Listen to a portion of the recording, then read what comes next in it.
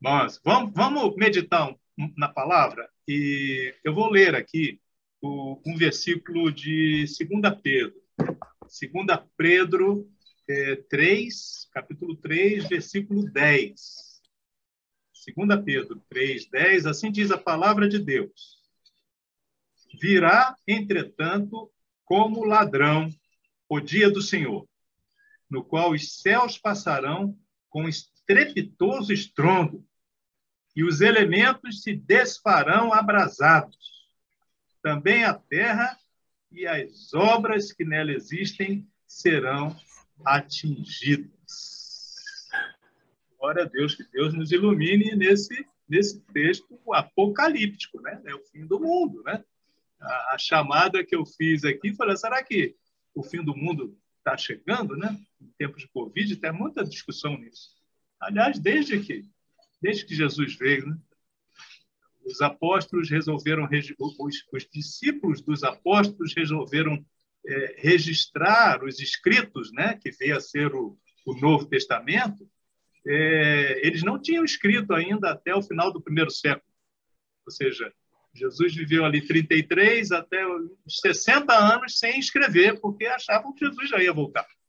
Aí viu que não voltaram, escreveram o Novo Testamento. Né? E até hoje existem heresias, existem muitas denominações até que se fundamentam na volta de Jesus com inspiração que receberam de anjos, que ia chegar em tal dia. Enfim, vamos ver o que diz a palavra de Deus. Né? Eu creio na palavra de Deus. E se a gente tiver isso como única regra de fé e prática para a gente fica na paz. A gente pode até contestar a gente, mas olha, não sei o que estou falando, está aqui na palavra de Deus. Né? O que diz a palavra de Deus sobre o fim dos tempos? Esse versículo é central nesse capítulo 3 da segunda carta, ou segunda epístola de Pedro. Né? Se puder resumir o capítulo 3, seria esse versículo que nós lemos. Ele fala do dia do Senhor, do dia do juízo, do dia de Deus. Mas, para facilitar o nosso entendimento, e em homenagem a Júlia, que hoje é aniversário dela, né, eu vou fazer essa devocional em termos jornalísticos. E o repórter que vai dar uma notícia, ele se preocupa com 6 perguntas básicas. É isso que se ensina lá na faculdade. Meu pai era jornalista raiz, né? Então, eu arrisco alguma coisa de jornalismo, mas a resposta que a reportagem dá é o que aconteceu, quem foi o protagonista, quando aconteceu, aonde, como é que está acontecendo e por que aconteceu isso. São as 6 perguntas básicas que, se um repórter respondeu, ele tem a matéria. Né? E a gente tem a matéria aqui sobre o fim do mundo, sobre o fim dos tempos. Então, se a gente começar lá, o que a gente está falando? Sobre o que está falando o capítulo 3 da segunda carta de Pedro? Ele fala no versículo 10 que nós lemos sobre o dia do Senhor. E um pouquinho antes, no versículo 7, ele falou do dia do juízo. Mais adiante, no versículo 12, ele fala no dia de Deus. E a última palavra do capítulo, no versículo 18, é o dia eterno. Nós estamos falando aí de fim dos tempos. É juízo final, é fim da história, é o retorno de Cristo. E no cristianismo vai caracterizar o fim dos tempos. E muita gente acha que vai haver ali o julgamento. Em verdade, já estamos julgados. Aqueles que creem em Cristo terão a vida eterna. Aqueles que não creem já estão condenados. Em verdade, a volta de Cristo não será para fazer um grande julgamento. Esse julgamento já é feito por Deus quando olha o nosso coração em relação a Cristo. Mas é isso, tratando essa matéria aqui, o fim dos tempos. Quem é o protagonista desse fim da história? Jesus Cristo, Senhor e Salvador. E é importante, está lá no versículo 2, está assim definido. Para que vos recordeis das palavras anteriormente ditas pelos santos profetas, bem como do mandamento do Senhor e Salvador. Está se referindo a Cristo. Ele, quando a gente o considera o nosso Salvador, o nosso Redentor, aquele que trouxe a paz, a nossa paz em relação à ira de Deus, aquele que nos livrou da ira de Deus, a partir daí você passa a ter Jesus como seu Senhor. Um Senhor muito bondoso. O fardo não é pesado, não. O fardo é leve. E é a referência. Né? Por isso que se diz. Quem está protagonizando esse dia do juízo? Jesus Cristo, o Senhor e Salvador. Como diz no versículo 5, que estava já na palavra de Deus falando sobre isso, ele fala dos profetas, dos apóstolos, desde a Bíblia, de Gênesis, aponta para Cristo, e aqui está falando sobre o final dos tempos. Agora, a grande pergunta, né? Quem, que, quando? Quando vai acontecer isso? E eu vou me permitir ler aqui algo que o próprio Jesus falou aos seus discípulos quando fizeram essa pergunta para ele. Vamos ver se a gente está no caminho certo de tentar adivinhar quando vai acabar o mundo, né? Em Marcos 13, 32, Marcos 13, 32, Jesus diz assim, a respeito daquele dia, está falando do dia do juízo, ou da hora, ninguém sabe, nem os anjos no céu, nem o Filho, nem ele próprio. Ele estava demonstrando ali a absoluta humanidade dele. Somente o Pai sabe disso. Pô, então, peraí. Né? Jesus falou para a gente não ficar bisbilhotando isso. Tá bom, vamos ver se há mais alguma coisa sobre isso. Jesus, depois que foi crucificado, ele ressuscitou ao final do terceiro dia, passou 40 dias permeando, foi visto como espírito encarnado, como um corpo glorificado, né? E perguntaram isso a ele. Ele estava dizendo que ia ser assunto aos céus, ia enviar o Espírito Santo, e os discípulos, vem cá, mas e a sua volta? De novo, lá no livro de Atos. E ele repete isso, Atos 1:7. Ele diz, não vos compete conhecer tempos ou épocas que o Pai reservou pela sua própria exclusiva autoridade. Então, a gente não pode ficar tentando elocubrar quando é que Jesus vai voltar, quando é que vai acabar a história. O que a Bíblia diz é que ela vai acabar, e vai dizer aqui como, o que é, quem vai acabar, quem vai ser o protagonista desse final, mas quando. Ela só diz no versículo 10 que virá como um ladrão. Rapaz, e isso é muito, essa associação é muito significativa, porque em Lucas, Jesus também, em Lucas 12, 39, Jesus falando, novamente Jesus, sabei, porém, isto, se o pai de família soubesse a que hora havia de vir o ladrão, vigiaria, não deixaria arrombar a casa. O que ele está querendo dizer com virar como um ladrão? Rapaz, a gente tem que estar preparado para a volta de Jesus. É uma boa pergunta, né? Será que a gente está preparado para Jesus volte agora, durante essa devocional aqui? Ou será que a gente está pensando assim, poxa, um pouquinho, acabei de passar no concurso público, senhor, não precisa, vai acabar tudo agora? Quer dizer, que pensamento, né? Ou então quem ganha neném, pô, eu brinquei com um irmão lá da igreja que acabou de ganhar uma menininha, a Marinha Fernanda, eu falei, rapaz, aí ele ficou, rapaz, bateu assim, eu senti a dúvida nele, falei, puxa, agora que nasceu minha filhinha, senhor, não, o dia do Senhor vai ser maravilhoso para aqueles que creem nele, como a gente vai ver. Então, quando? Não cabe a gente ver, dizer, o próprio Moisés, quando se referiu a tempo, lá no Salmo que ele escreveu, Salmo 94, diz assim, 1000 anos, aos olhos de Deus, são como o dia de ontem. Ou seja, 1000 anos são como um dia. Então, a eternidade de Deus, que nós já falamos aqui, a gente não consegue entender completamente, né? É a eternidade. Então, o fim dos tempos começou quando Cristo veio a primeira vez. A Bíblia se refere a esse dia da morte e ressurreição de Cristo como o início do final dos tempos. E vai haver a consumação na sua vinda. Quando? Não sabemos, mas virá como um ladrão. A gente tem que estar preparado. Perguntaram para o John Wesley, um grande avivalista do século XVIII, se ele soubesse que Jesus viria hoje e acabaria hoje, século XVIII, hein? O que ele faria? Olha a resposta, cara. Ele falou assim, eu não faria nada diferente do que eu faço, porque eu vivo esperando o retorno de Cristo. Eu estou preparado, né?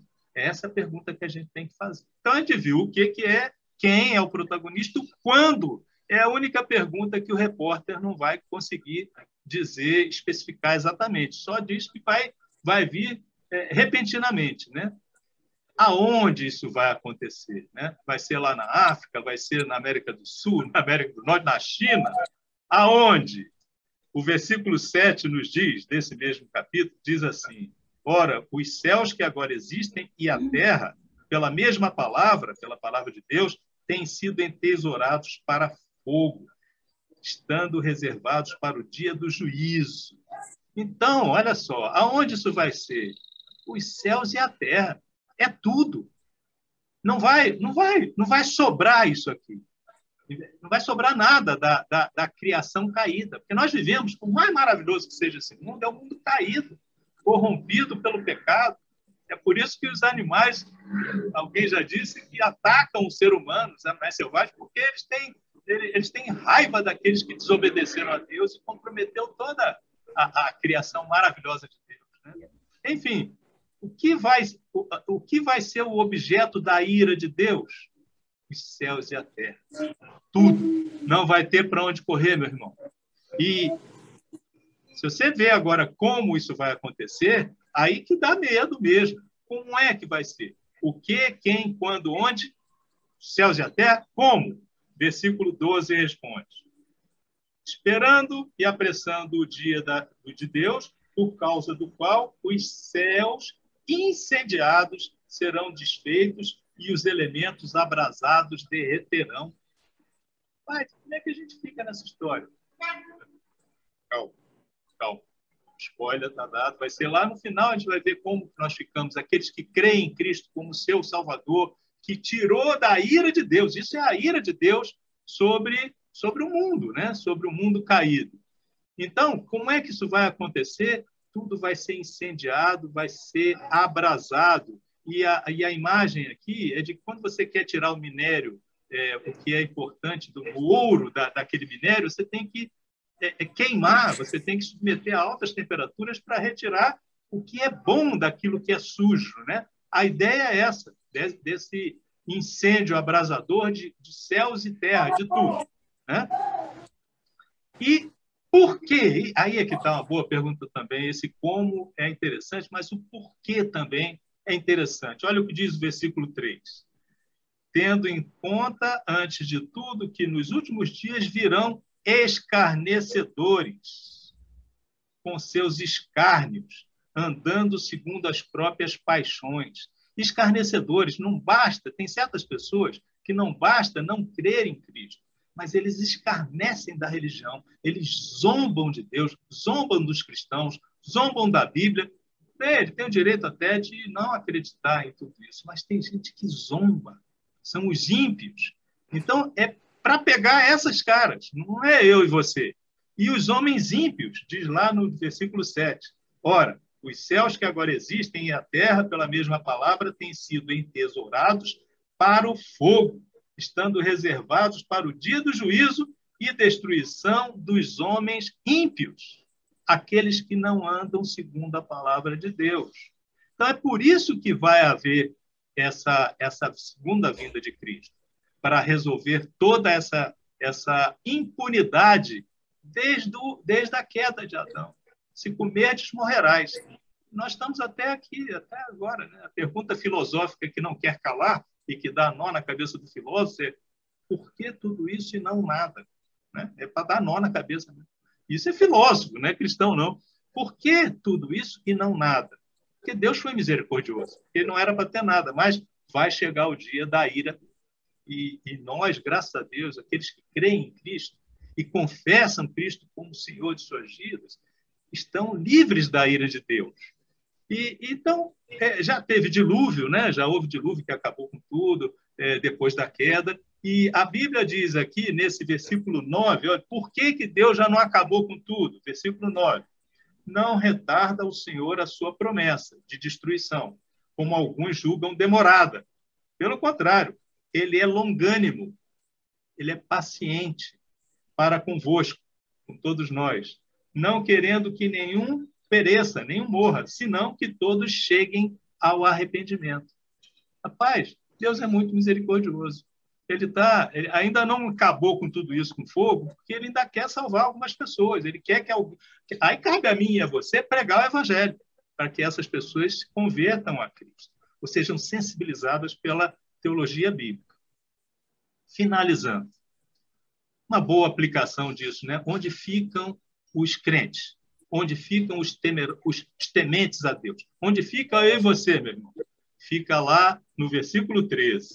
Nós, porém, eu e vocês, e todos aqueles, o povo de Deus, segundo a sua promessa, que é promessa dele também, que vai acabar com tudo, mas esperamos novos céus e nova terra.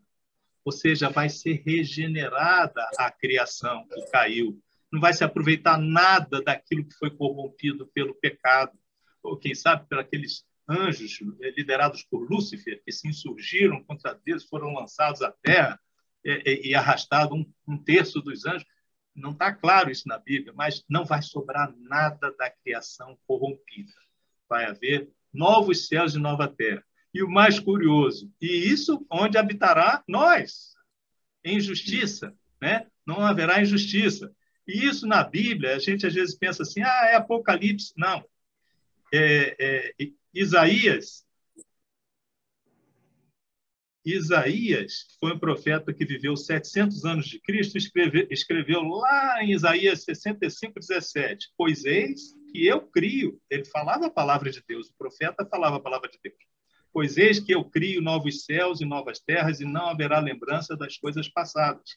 Jamais haverá memória delas. 700 anos antes de Cristo. E quase 100 anos depois de Cristo, meu irmão, João recebe uma revelação do próprio Jesus, está em Apocalipse. O livro de Apocalipse foi a revelação de Jesus ao apóstolo João. Apocalipse 21:1. João vê isso. Vi novo céu e nova terra, pois o primeiro céu e a primeira terra passaram, e o mar já não existe. O mar aqui, em Apocalipse, simboliza todo o mal do mundo, né? Não existe mais mal no mundo. Graças a Deus por isso. Essa é a história da história pela teologia bíblica para aqueles que creem, né? Deus me livre os escarnecedores, que Deus tenha misericórdia e seja ainda mais paciente e longânima do que para alcançar todos aqueles que ainda não foram alcançados por essa graça, que é crer em Cristo, ou pelo menos se beneficiar da dúvida, né? E vai estudar um pouco mais. Enquanto a gente espera a segunda volta de Cristo, o que o último versículo fala, desse capítulo 3 de 2 Pedro? Vós, pois, amados, prevenidos, como estáis de antemão, acautelai-vos. Não suceda que, arrastado pelo erro daqueles escarnecedores, que ele chama de insubordinados, descaiais da sua própria firmeza. Antes, crescei na graça e no conhecimento do nosso Senhor e Salvador, Jesus Cristo. Ou seja, enquanto a gente espera, a gente não só passa essa evangelho adiante, como nós mesmos dedicamos a estudar mais, conhecer mais de Cristo e ser cada vez mais parecido com Cristo. Isso é o que Deus espera de nós, enquanto não vem o juízo. Glória a Deus. Obrigado, Senhor, pela tua palavra.